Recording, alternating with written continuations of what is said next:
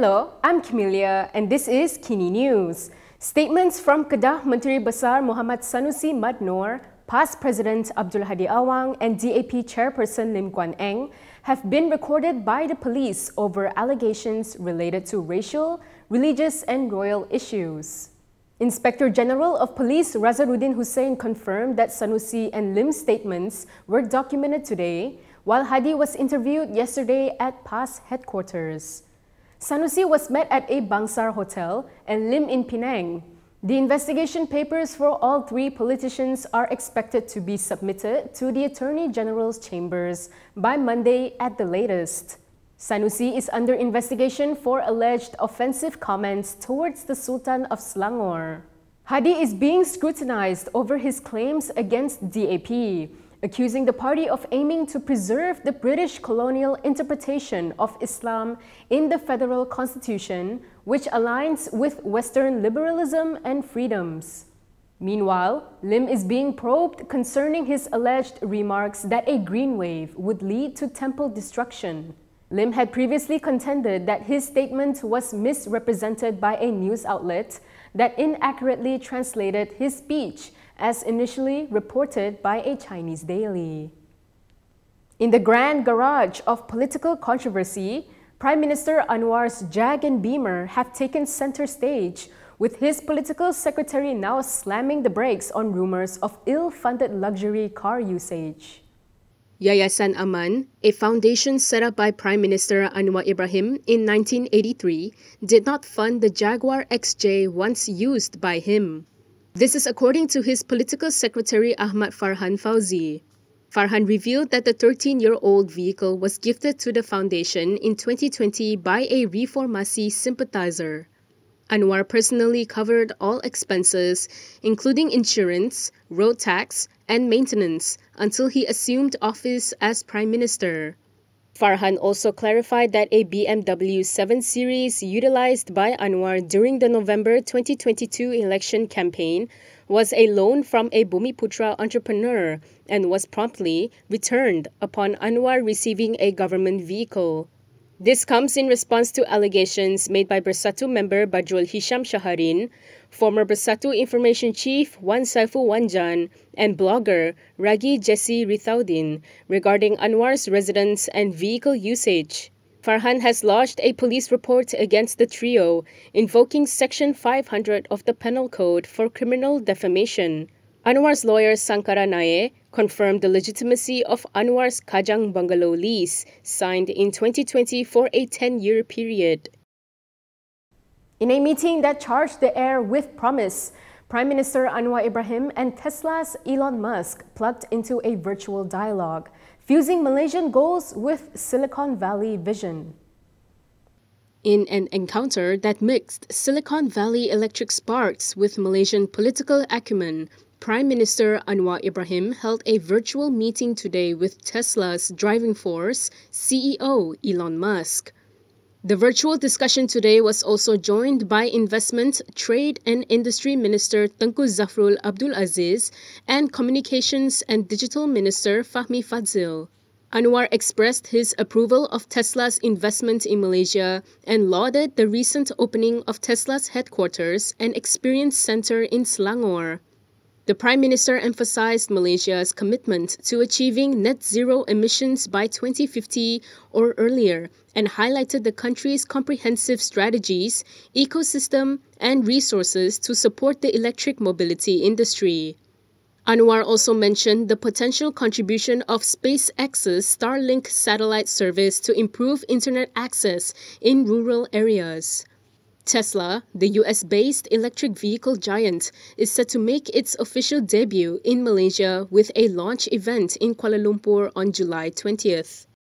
Dato' Sri, berapa ribu peluang pekerjaan akan diadakan dengan pelaburan Tesla? Kalau Starlink, SpaceX dan juga EV itu, ini yang melibatkan puluhan ribu tenaga kerja mahir. Driving a hard bargain against money politics, former Prime Minister Dr. Mahathir Mohamad urges voters to uphold integrity over cash in the upcoming state elections. Former Prime Minister Dr. Mahathir Mohamad has called on voters in the upcoming 6 state elections to avoid money politics and exercise their electoral rights in a responsible manner. He said this after the SME Leaders Program at the Perdana Leadership Foundation yesterday. According to Bernama, Mahathir said that every citizen must uphold good values and integrity and not succumb to corrupt practices to the point of selling the country. He added that we have to be responsible for our country and Malaysians shouldn't vote just because they get money. He also advised them to not get involved with corruption and hope that Malaysians will love the country enough and not sell the country through corruption.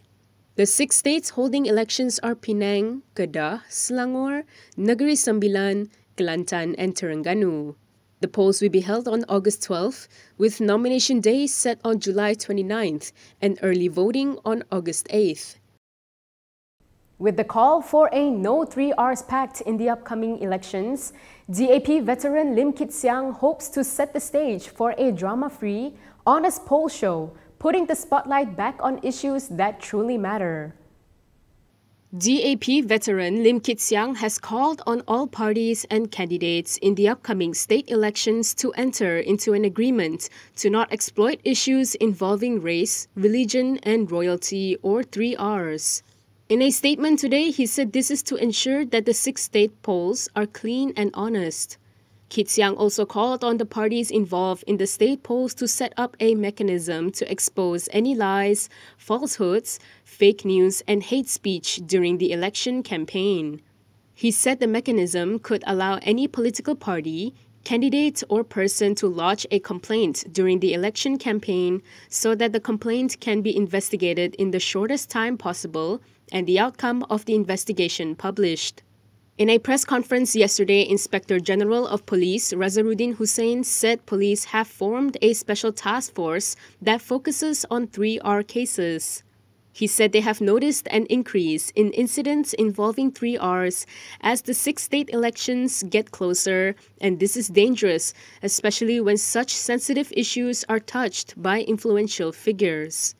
Razarudin also revealed that police have opened 61 investigation papers since March 27th, which include cases involving high-profile individuals such as past President Abdul Hadi Awang, DAP Chairperson Lim Guan Eng, and former Prime Minister Dr. Mahathir Mohamad.